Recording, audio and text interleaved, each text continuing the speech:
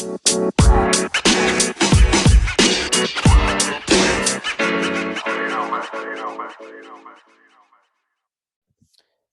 and welcome to the podcast. I'm Karen Weaver.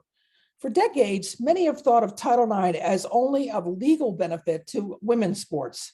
The thought was if you're going to drop a women's sport or two or seven because of budget problems, you better be sure you're in compliance first from the women's perspective.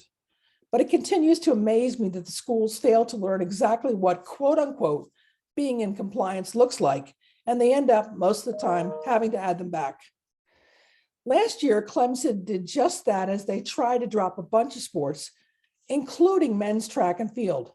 Minnesota did the same thing with 4 sports, including both indoor and outdoor track and field, and ended up dropping indoor track only.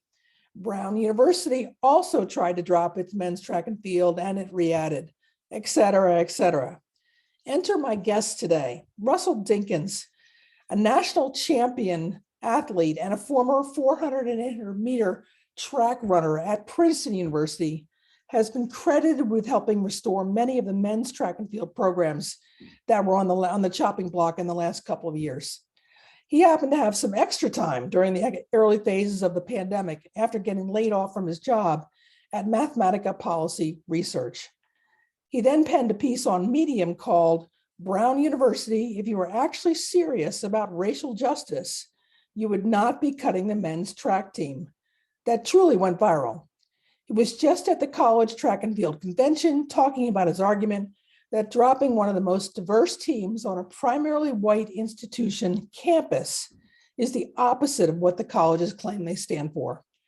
He's joined by, of course, our friend of the podcast, Arthur Bryant, legal expert in all things Title IX. And as I've asked him on a previous podcast, does the winning get old, Arthur? Arthur and Russell have worked together to advance the narratives around DEI and Title IX. Our pleasure. So, Russell, let me start with you. Why are men's running programs easy targets for athletic administrators looking to save money? Wasn't the diversity and access obvious to athletic administrators, or they just think no one would notice?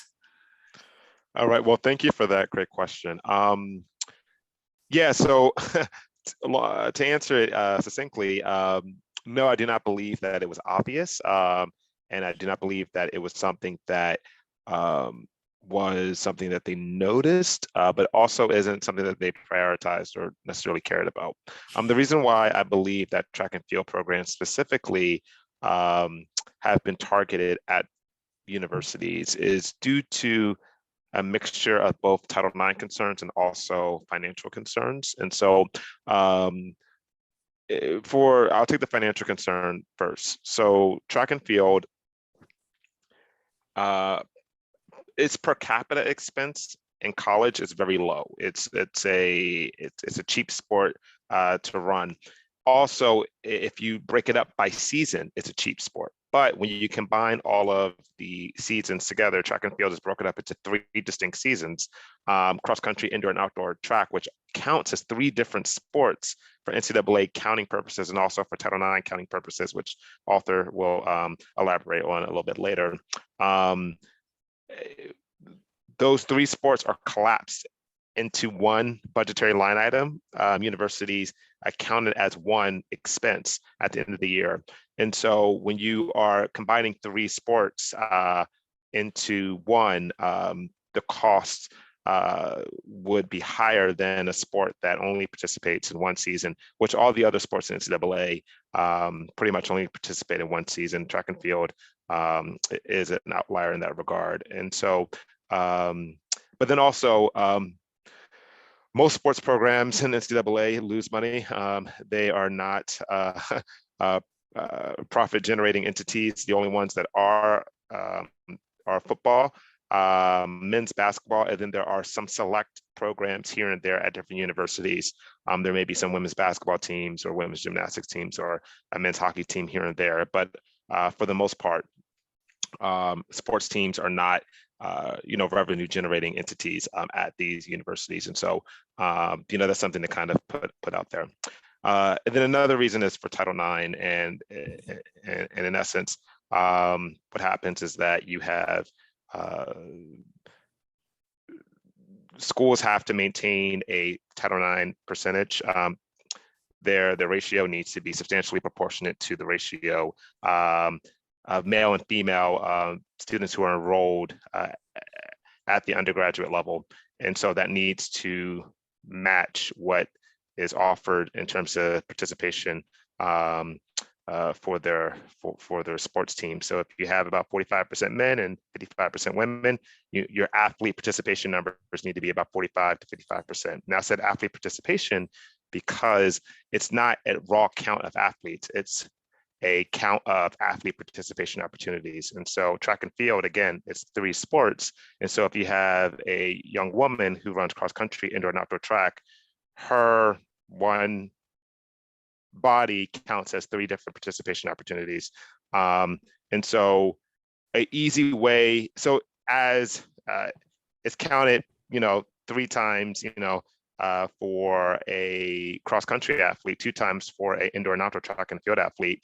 On the women's side, it also counts like that for the men's side. So if the university is getting out of NCAA compliance with regard to proportionality, an easy way, quote unquote, to adjudicate that is to eliminate a men's track and field team, because a men's track and field team that may have 45 athletes may count for about 90 or 80 to 90 spots. And so if they get rid of the men's track and field team, it allows for them to rebalance their numbers, so to speak. The issue is that track and field is the only non-revenue sport that offers significant opportunity to Black and Brown students, and also is the only non-revenue that offers opportunity to lower income students. All other non-revenue sports, Olympic sports, tend to be very cost prohibitive. They're very expensive, and they also tend to be very homogenous. Some of the sports being about 80% white and upwards. Track and field has the 3rd largest number of Black men in NCAA. For women, I believe it may be the number 1. I'm not sure about. I'll have to double check on that, and maybe number 1 or number 2 with women's basketball. But they're both extremely, great vehicles for racial opportunity with regard to sport. The next sport on the men's side, the number 4 spot, has about 500 athletes in all of D1. Track and field has nearly 3,000. So just to give you a sense of the scale of how much more opportunities are offered through track and field versus these other sports, sports such as lacrosse and ice hockey, those sports have Black participation numbers in the double digits. Just to give you, and this is across the entire Division I of the NCAA. And this is data from the NCAA's demographics website. So that's just to give you a sense of the scale. So to answer your question, they are not making these decisions implicitly, sorry, they're not making these decisions explicitly to target Black athletes, in my view, all the time. In some cases, maybe, but it's not something they're actively thinking about. I think they're thinking about money, and they're thinking about Title IX, and they're not thinking about the other unintended consequences of those decisions. I'm really glad you brought up access and affordability, because that's a huge issue in all of higher ed right now. We have so many first-gen students that are maybe trying to manage college through lots of student loans. Just give us a quick snapshot on scholarship amounts, if you will, in D1 cross-country, indoor and outdoor track. Great. So as track and field, again, so these universities, they kind of have their cake and eat it too. So there's 12.6 scholarships on the men's side, I believe, and there's 18 scholarships on the women's side, and that is for a track and field program, which includes cross country. So even though cross country, indoor and outdoor track count as 3 different sports for sports counting reasons and also for Title IX participation reasons, they are one sport when it comes to scholarships and how those are doled out. And so oftentimes with track and field cross country, it's very, very, very rare to find somebody with a full scholarship, a full ride scholarship. Oftentimes people are granted partials, and then that may be coupled with financial aid or any sort of merit-based aid, or if they or in-state, in any sort of in-state aid that they may be eligible for if they are from a particular state.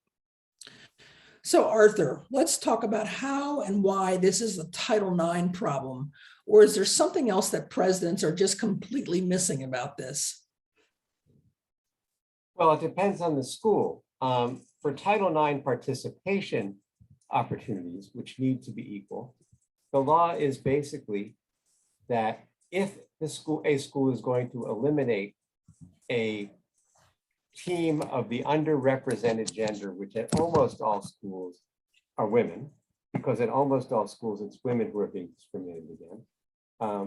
Title IX says if a women's team is going to be eliminated, or a men's team in rare circumstances, then the school can only be in compliance with Title IX if its percentage of women and men in the athletic program essentially match the percentage of women and men in the undergraduate student body.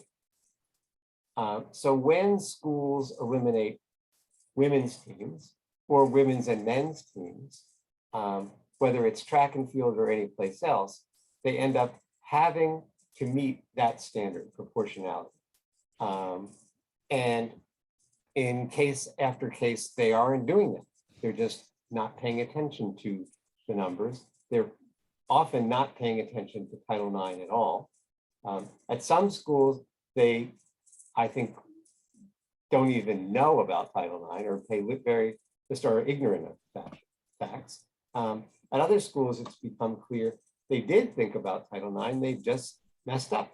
And whether they messed up because they got bad legal advice or they messed up because they miscounted or didn't know the rules for counting, I can't say. But what's interesting is that Title IX basically, the fundamental print, let me back it up and do this. I think far too many schools, presidents and athletic directors are paying attention to Title IX and what it requires. The law is very simple. There are separate programs for men and women, and those separate programs have to offer men and women equal opportunities to play sports, equal athletic financial aid, and equal treatment. If the school isn't doing that, it's in violation. So when they cut a team or a set of teams under Title IX, they have to provide equal opportunities to men and women, which means percentages that match their undergraduate enrollment rates. Too many schools aren't paying attention to that. Too many schools are just flat out violating it. And that's how they end up in legal trouble. Now, it turns out at Clemson, they were making a decision that had a severe and racially discriminatory impact on Black athletes. But that decision also had a sexually discriminatory impact on male opportunities to participate. And so while the Supreme Court has made it very hard to challenge race discrimination, it's much easier to challenge sex discrimination in this context where the programs are separate and essentially have to be equal. You can just look at it and know that there's not equality. That's what opens the door, and schools are just not paying enough attention to. So one of the things that has surprised me about this emerging trend over the last couple of years of trying to drop track, particularly men's track programs, because Clemson is not the only one, is that for decades, track and football complemented each other. Mostly male two-sport athletes played both football and ran track. How has that changed, or even has it changed? Yeah, that's a great question. There's definitely some natural synergies between the two sports. Track and field has often been viewed favorably by high school and some college program coaches as being a net benefit to the football programs, particularly with speed development. I don't have the data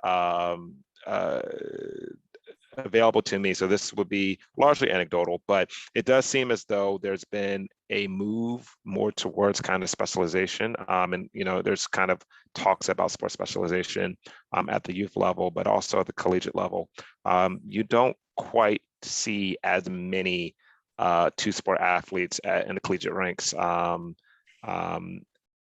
as you did in the past. Again, this is my kind of own kind of anecdotal observations here, but it does seem as though the programs are not there is as much collaboration between the two programs as there between the two sports rather as there have been in the past, particularly at some of these large Power 5 institutions like a Clemson. All these a lot of these football athletes are now really focused on trying to get into the league. And so that's what their priorities are geared towards. So after the football season is over, there are efforts to try to prepare for different camps or combines or things of that nature, and not necessarily focused on doing another sport. Again, there are there's still the athletes are participating in both sports in college, but it's just not. I wouldn't say it's super commonplace. And I know for the Clemson issue, the football players were explicitly told not to say anything about the track and field team getting cut. And a lot of these football athletes, you got to think about it from their perspective.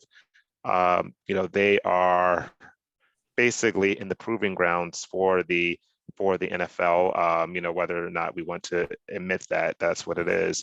And so no athlete, wants to potentially, make themselves a liability for a potential team by saying or doing something that could be viewed as being controversial.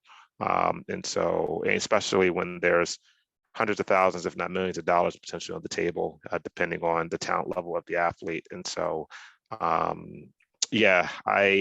unfortunately, I think the financial sort of incentives are such that there probably wouldn't be the kind of natural support you would think there would be between football programs at the NCAA level, particularly Power 5 institutions and their track and field program counterparts. Again, there are exceptions, and there are people who are participating in both sports, and there are support for between both programs in certain different places. But my experience in working with the two Power 5 institutions that I worked with, University of Minnesota and Clemson, there was some quiet support amongst the players, but there was no sort of outward expression due to fear of retaliation, or just simply due to fear that it would hurt their brand and their opportunities to get into the league.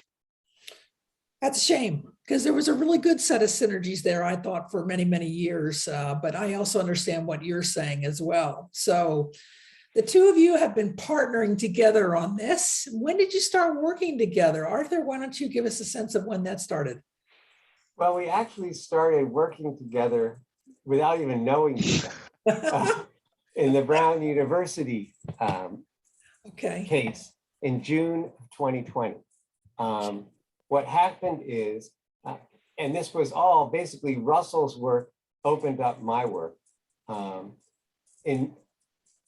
I should say first that I had been part of the legal team that first sued Brown University in 1992, got them held liable all the way up and down to the US Supreme Court, and ultimately reached a settlement in 1998, where as part of the settlement, they had to keep their percentage of opportunities for men and women within to play intercollegiate athletics within 3.5 percentage points of their undergraduate enrollment rates, unless they canceled a women's team, because we didn't want them to cancel a women's team.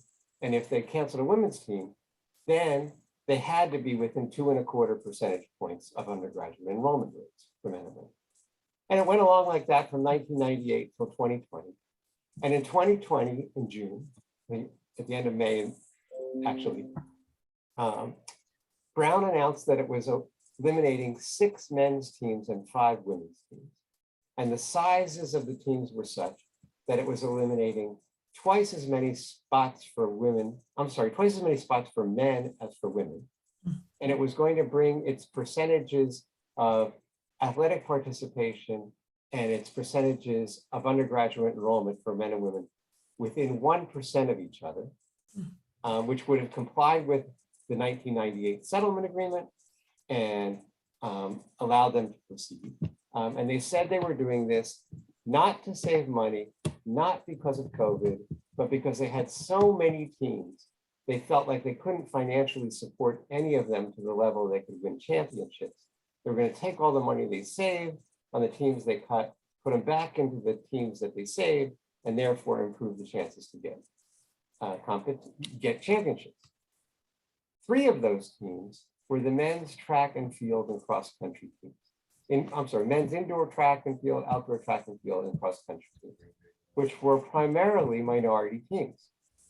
And a furor started to get created. All of the teams fought their elimination, but the track and field and cross country teams sort of took particular lead in the public relations battle to say, how dare you cut us? What are you talking about? Brown is supposed to be this progressive institution.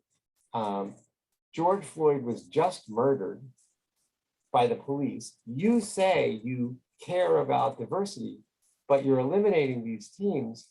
And the only teams that you're adding, supposedly to increase opportunities for women, are co-ed and women's sailing.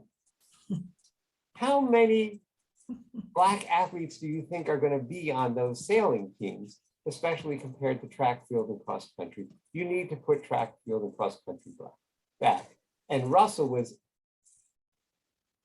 totally involved and a key player in that push to get those 3 teams back. And so on June 6th, I think it was, 2020, the president of Brown issues an open letter to the entire university saying, we would love to put these 3 men's teams back because we care so much about diversity. But if we eliminate these 3 teams, we would be violating our 1998 settlement agreement because we would therefore be beyond 2.25 percentage points difference in our undergraduate enrollment rates and our participation in athletics rates. So we can't do it. And 3 days later, she did it. So all of a sudden, because of Russell's work with other people, the 3 men's teams come back, and the difference now between what's left, which is now they're eliminating 3 men's teams and 5 women's teams, is that the women's participation rates are nowhere near what they should be under the settlement. And so all of a sudden there is a Title IX case. And so without having met each other at all, or even knowing each other, Russell's work basically is what helped open up the entire Title IX battle that went on at Brown, where we ultimately then forced Brown to put 2 other teams back for women, and otherwise, continue and achieve gender equity. So that's how it started. And then Russell and I heard of each other, and he kept working away on their things, and then he called me about Clemson. And Clemson was the case where we really started working together, but I know we're going to talk about that in a minute, so I'll leave it till later. Yeah, I just wanted to add the way that the Brown kind of fight began. I wrote an article in Medium basically calling out Brown's decision to cut their track and field program and replace it with sailing. And Brown, by eliminating their men's track and field program, they were eliminating a team that had more Black athletes than 4 of their other programs combined. And their sailing program already existed as a club team, but was being elevated to varsity. Club athletics do not operate the same as varsity. Varsity athletics get recruitment slots. They also get funding from the university, whereas club teams do not have recruitment slots, and they don't get the same level of funding from a university. Anyway, their already existing sailing team didn't have any Black athletes on it, and due to my recollection, I don't think they had any people of color on it at all. And so it was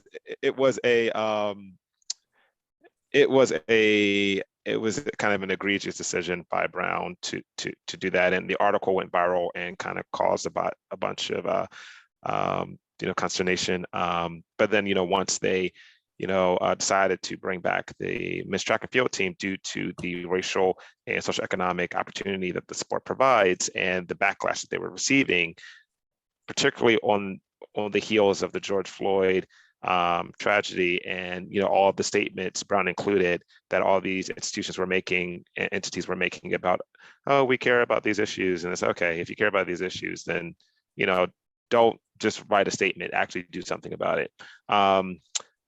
That kind of opened the door to their Title IX non-compliance issue, is how Arthur got involved. But Arthur and I also kind of walked past each other again with William and Mary. I was helping William and Mary and their team, and I know he was working with some other programs at William and Mary. And so, yeah, we've kind of been in the same space. And then what happened with Clemson, I was convinced by one of the parents that, hey, there's a Title IX issue that disservicing the men. And I was really skeptical at first, but I looked into it and I saw, oh, actually, I think they are out of compliance, disadvantaging the men. And so I sent Arthur an email and had a chart in there and kind of explained it. And he called me back. He's like, your numbers are a little off, but they seem to be like they seem to be in the right kind of direction. And I'll tell you, we usually don't take men's cases, but the racial opportunity plus these numbers, we'll take a look at it. And I'm so grateful that his firm took a look at it, because obviously there was a case there, and it ended up being successful. That's a great story. You must be two brothers from another mother. That's all I can say. He just has the same passion and belief in equity and equal justice, and that's really cool. Russell, Runner's World did a very interesting piece on you that you talked about you doing some organizing of impacted athletes, trying to teach them how to push back. And you said, I actually was involved with helping build their organizational structures and telling them, hey, you need to be aggressive. You need to have a very robust social media strategy. You need to have a clear message. You need to inundate them with emails. Oh boy. And you need to do all these things and these steps in order to be effective. Tell my listeners why the messaging and content pressure was so important. Yeah. So the reason why that was so important, particularly for the first three fights, I mean, Clemson was actually different. Clemson, we had to go legal, and I know we'll get into that a little bit later. But for the first three, with William and Mary, with Brown, and with the University of Minnesota, these three cuts happened right around the summer of activism, the summer of 2020. And so there was just a lot of energy around social justice and around these conversations and around movement around these issues. And I knew that that was the thing that we could use in order to advance change in a specific way, that we needed to use that moment in time in order to get these universities to change course. And the only way that we were going to do that is by having a loud, consistent, and amplified message. And so I talked to them about, you need to have consistent, constant social media pressure. We need to create these moments online so that there's reason for news outlets to cover the story. They need a newsworthy hook.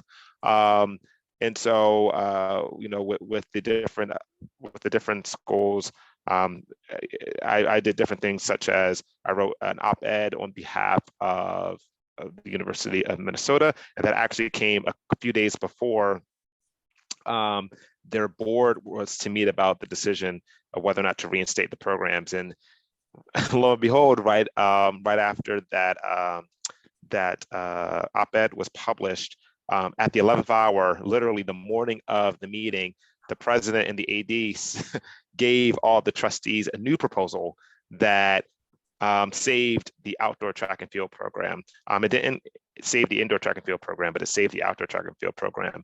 Whereas that wasn't the proposal at all beforehand. The proposal was either to eliminate all the programs or to bring them back. And so they initiated a half measure at the last minute.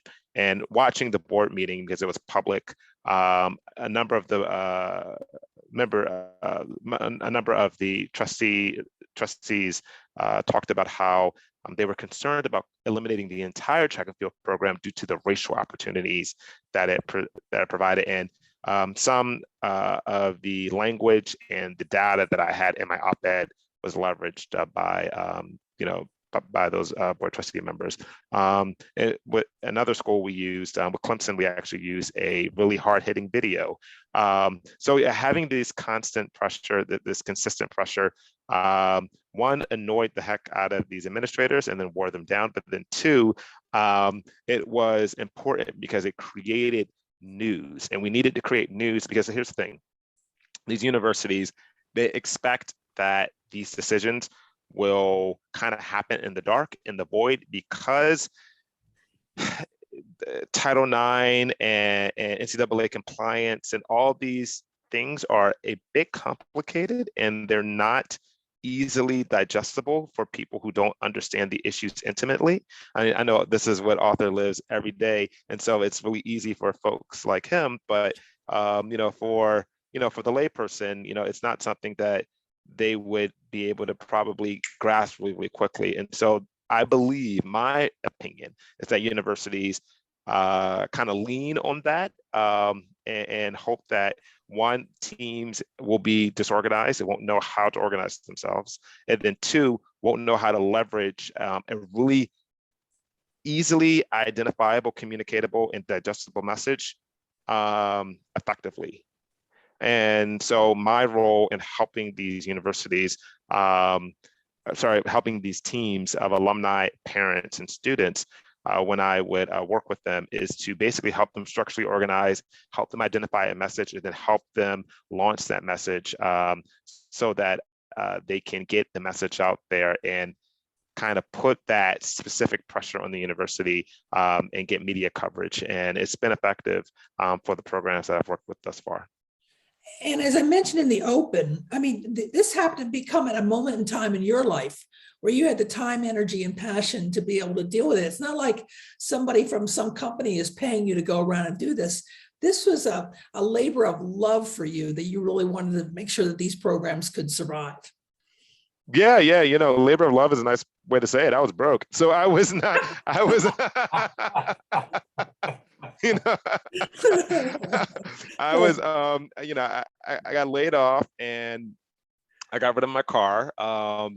I had a part-time education job that was remote, thankfully, prayerfully, and then I also had I was also able to leverage my, I guess, Ivy League degree to give SAT lessons to folks, because people like to hire someone who went to the Ivy League to teach their kids how to, look at, fractions. But, I was able to, make ends meet, but it was, I was operating just at the margins, and sometimes at a little bit of a loss, but it's something that I cared about. Thankfully, right when I felt as though I wasn't able to do this anymore, Tracksmith, an athletic apparel company, actually came in and gave me a pretty healthy stipend for 4 months of work, which basically covered all of my work with Clemson, which was very, very great. And then more recently, Tracksmith actually offered me an opportunity to begin to start their nonprofit arm. And so I am the executive director as of last month of their foundation, which is a blessing. But yeah, before that, it was about a year and a half. I didn't have an official job or title, and really kind of just hustled on the side so that I can dedicate my time and energy to this issue. Arthur, Russell mentioned earlier that Clemson's situation was the only one to go legal or went legal. Tell us about the process from there. Once you determined you were going to write a letter to Clemson and say, hey, you guys are way out of line here. And again, how should presidents avoid incurring legal and public relations costs being both financial and in terms of your brand and image? Because this seems like it was something that just didn't need to happen. Well, so first, I want to say, Russell and I both care fundamentally about right and wrong. That's what drives us. The right and wrong of race discrimination, the right and wrong of sex discrimination. And to be clear, there's really no right of race discrimination or sex discrimination. We are both dedicated to fighting discrimination. And the law prohibits, in terms of Title IX, the law prohibits sex discrimination, period. End of discussion. You can't discriminate against people on sexual or racial grounds to save money. You can't discriminate against people because of COVID. You just can't do it. And the first mistake that schools and their presidents and their athletic directors are making is they're forgetting that basic, principles of right and wrong, those basic principles of right and wrong. There are too many schools and too many athletic directors who think their job is win games and bring in money without thinking, yes, even if that is true, it's within the context of making sure they're complying with federal law and not discriminating against people on the basis of sex or race. And so that's the first mistake. The second mistake is then when they cut teams. Because the truth is, sadly, that most schools in this country right now are in violation of Title IX because they are discriminating almost always against their women athletes by depriving them of equal treatment and benefits compared to the men athletes. You can't find in almost any school female athletes treated as well as football players are treated on the male side. And not that Title IX requires that exactly, but it requires the men as a whole to be treated equally to the women as a whole. And if some set of men are being treated like gods and no women are being treated anywhere close to that, and the rest of the men are kind of being treated like the women, the school's in violation. So they're sitting there already in violation. But most women, or men for that matter, don't go to college thinking they're going to sue their school. And so what it takes to get athletes at schools angry enough to sue over discrimination, or caring deeply enough to do that, is something that directly affects their lives, which historically is almost always eliminating their teams. Is when you eliminate athletes' teams, they want to fight back and say, I love this sport, it's part of who I am, I want to preserve my opportunities to play. And that's when they start seeing, what could I do to turn this around? And when the answer is, the school's already in violation of Title IX, and now it's just made it worse, that's when they look to bring a lawsuit.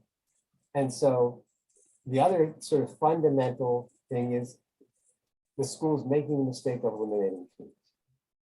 Now, in Clemson's case, what was unusual is Title IX requires women and men to be treated equally in athletics in 3 different areas: opportunities to play, athletic financial aid, and treatment. Clemson was providing equal opportunities to men and women before it cut the men's track and field and cross country. And so when it did that, all of a sudden, it was putting itself in a situation where it was discriminating against the male student athletes in the athletic program by giving them fewer opportunities to play than they should have had. Basically, it was providing equality, and that was eliminating 89 chances for men to play sports, which was just a stunningly boneheaded decision. When we looked at it, Russell came to me with the numbers he could gather publicly, and we said, we're going to have to look into this more deeply because this makes no sense. Why would a school like Clemson make a decision? Now, we have been approached in the past about suing schools for eliminating men's teams. And the problem is that in too many circumstances, the school, if you threaten to sue, could respond by saying, oh, we'll make it equal, we'll cut a couple of women's teams too, and that'll even everything else. And we did not want to risk that, and we hadn't taken on such a case. But when Russell came to me with the Clemson facts, where the school was in violation by discriminating against men by cutting the track field and cross country teams for men, we designed the strategy. We said, look, we need to protect about that, and we need to go after them for all of the discrimination.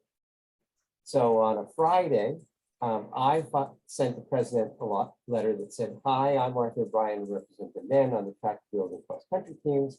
You're violating Title IX by eliminating these teams and not giving men equal opportunities to play. And you need to put them back and get in full compliance. And the following Monday, Lori Bullock, my co-counsel in the other cases, wrote a letter and said, hi, I represent the women on the track and field and rowing teams in particular, because, and we know about the men's threatened lawsuit, and we certainly support that. We want equality in compliance with Title IX, but we want to point out to you, you're discriminating against women by depriving them equal athletic financial aid and equal treatment. And unless you give us equality, we're going to sue on a class action on behalf of all of the women, just like Arthur O'Brien is threatening to bring a class action on behalf of all the men. So all of a sudden we had Clemson, the first school in the country, simultaneously threatened by both the men and the women for discriminating against them on the basis of sex in different areas of athletics. And it was critically important that among the women who were threatening to sue were the women's track and field teams and rowing teams, I think it was, because those were the two largest women's teams. Clemson was already providing the minimum number of women's teams it could provide, so it couldn't cut another women's team. The only way it could reduce opportunities for women in response to this threatened suit by the men was to cut the two large women's teams. But now the two large women's teams were threatening to sue. You know, now if it retaliates against those teams or the group of women, they have a new Title IX lawsuit for retaliation, which it didn't want to step into. And so the key was that the women and men united, and the women made clear to Clemson that either you're going to settle with the men too, or we're not going to settle with you, because there needs to be equality all the way around. And pointing out to the school, and let's be clear about how much better you're treating the men, and went into the details of what the football players at Clemson were getting. That was just jaw-dropping, and let everybody realize how unequal this football was. It's remarkable to me. The AD who was the AD at Clemson at that time has now gotten a very lovely new job at another ACC institution. And Russell, you mentioned earlier about, how people are rewarded. They're rewarded for winning football teams and building stadiums. Clemson had one of the most egregious 1-2 punches in Title IX, yet it didn't seem to affect him getting another job with a better paycheck. And maybe that's part of the issue, is that there's really no consequences for athletic directors if they make a boneheaded decision like trying to drop a sport. There's no real consequence. Russell, do you have any thoughts about that? Yeah, that's a really great question. So yeah, he's currently the athletic director at Clemson. He's moving on to the University of Miami. Yeah, it's remarkable. I mean, it's like, wow. But if he'd screwed up and had losing football seasons, he would right. Yeah. Right. I mean, the decision that he made ended up costing Clemson a lot of money. A lot of money. They had to pay for the legal fees, for their own legal fees. They had to pay for. They just had to pay a lot of money. And then they also had to, in addition to bringing back the men's track and field program, they had to add, I think, 2 women's programs, and in addition to providing additional dollars for equalizing the financial aid disparity and the financial treatment disparity. And so a lot of money, but I think this is just conjecture. This is just my own speculations. I think there was enough kind of pushing the responsibility onto like the university or the president or the trustees in order for an AD to kind of sidestep kind of culpability for this in a major way. That's one thought. The second thought, which is kind of, you know, disappointing.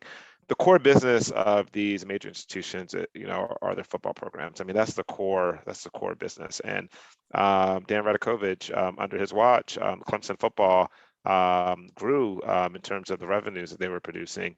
It almost doubled. I mean, looking at the financial reports data, when he came in, I forget exactly what they were bringing in each year when he first came in, but it paled in comparison to what they were bringing in when he left, which was about $65 million, you know, per year. And so, yeah, it is. And I, you know, I don't have the data right in front of me, so forgive me if I'm wrong, but I believe when Dan Radakovich came in, the revenues they were generating was in the 30s, I believe, you know, somewhere in that ballpark. And so it definitely went up a significant amount. And, you know, another university, you know, they may look at that and say, hey, that is, you know, that's something we want. And yeah, you know, he caused this major issue that, you know, maybe ended up costing the university maybe $4 million in total when you account for everything.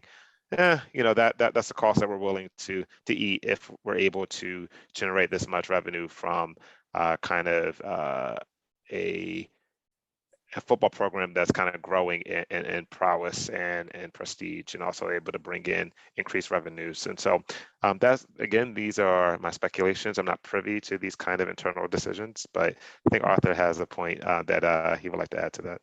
Yeah, let me just add first, in terms of Clemson and Dan Radakovich, yes, he wasn't held accountable in the extent that he went on and got a better job, but I'd like to think he learned his lesson, because the truth is, Clemson, after having to deal with what Russell and I were able to generate, and of course the team members and the team supporters who were critical to the whole thing and their willingness to fight, ultimately, Clemson did what it should have done. Clemson not only agreed not to cut the men's track field and cross country teams, but it added 2 women's teams.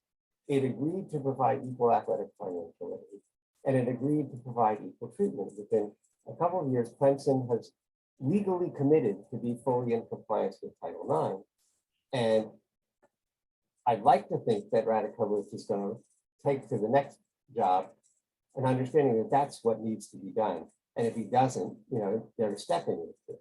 But I also wanted to flag, that's one example, and it may be explainable to the, you know, football and financial explanations that Russell gave. But it is not true that athletic directors don't get held accountable. At Brown University, at William and Mary, and at Dartmouth, within a month or so of our threatening to sue and the school surrendering, the athletic directors were gone. Literally, in, you know, close to half of the schools we threatened to sue and ended up backtracking and putting the teams back, the athletic director has been gone within a month or so. So I think they're learning very quickly. If you like to keep your job, don't do this. Yeah, it makes sense. And yet, you know, a place like Clemson, it does make you question the value structure, but I'm really glad to hear that they not only went back to where they were, but they actually moved further ahead. And I do remember hearing that they added 2 women's teams, which is great, because I think they were at the minimum of Division I sports, where they had 16 at that point. So that's a plus. Gentlemen, let's wrap this up. Can you give us one takeaway from your experiences in the last couple of years and help presidents understand where this pushback is headed? Because you have some serious momentum behind you. Russell, go ahead. All right, cool. Well, I'll take I'll take 2 points if I may. One directed at university presidents, and then one kind of more broadly. So for university presidents, administrators, and the like, you know, I think it's really, really, really crucially important that they recognize the opportunities that are offered through sport, in particular, the diverse opportunities that are offered through a sport like track and field. People don't really recognize that these sports teams offer direct pathways to admissions opportunities, and these direct pathways are basically open doors year in and year out via recruitment slots. When you have some of these non-revenue or Olympic sports that cater to more affluent communities, those are spots that are almost always going to be filled by people who are from more affluent communities or people who tend to be white. Now, my argument has never been to take away those sports programs. My argument has always been, do not take away the one sport that actually offers opportunity to a broader swath of people in a way that's replicable, in a way that is consistent. I mean, if you have a track and field program that includes sprints, jumps, throws, you are almost guaranteed to have a substantial number of Black athletes filling those spots each year, just based off of who participates in the sport year in and year out. And that is evidenced by the participation numbers. Again, track and field has about 3,000. The next sport, 3,000 Black men participating in it. The next sport has, just a little bit over 500. That's soccer, and then it drops to the 100s for a few sports, and then I think sport number 7 drops to the double digits. And so track and field is really uniquely situated to provide those sort of opportunities, and those opportunities cannot be replicated by any other program that a university has, in my opinion. I mean, if the university has the science scholar or dance scholar or these kind of programs, those are great and they should have those programs. But they may get 5 people in one year, they may get 1 another year, they might get 14 another year, they might get none another year. With the sports program, every single year, that there's a certain number of spots that are going to be filled via recruitment, and those spots are going to benefit disproportionately so people from different backgrounds if it is a track and field program versus other programs. So again, my argument has never been take away those other programs. My argument has always been do not take away this one program that offers distinctly, uniquely diverse opportunity along racial and socioeconomic lines. Because track and field, one thing I didn't mention, is the cheapest sport in high school by far out of all other sports, on average costing families less than $200 to participate in. Other sports are way more expensive. Anyone who has their kids in any sports programs at the youth level knows this intimately.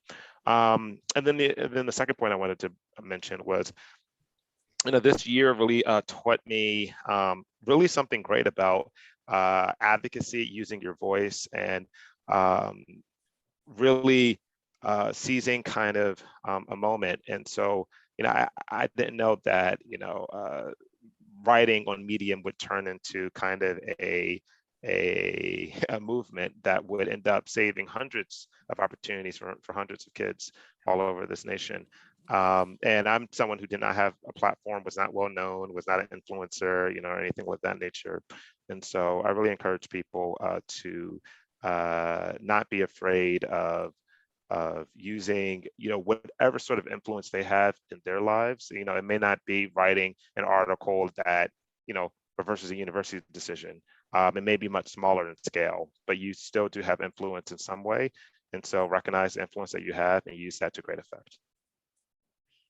Arthur? To me, the shocking, disturbing lesson is that so many schools are still in violation of Title IX when it has now been the law for 50 years.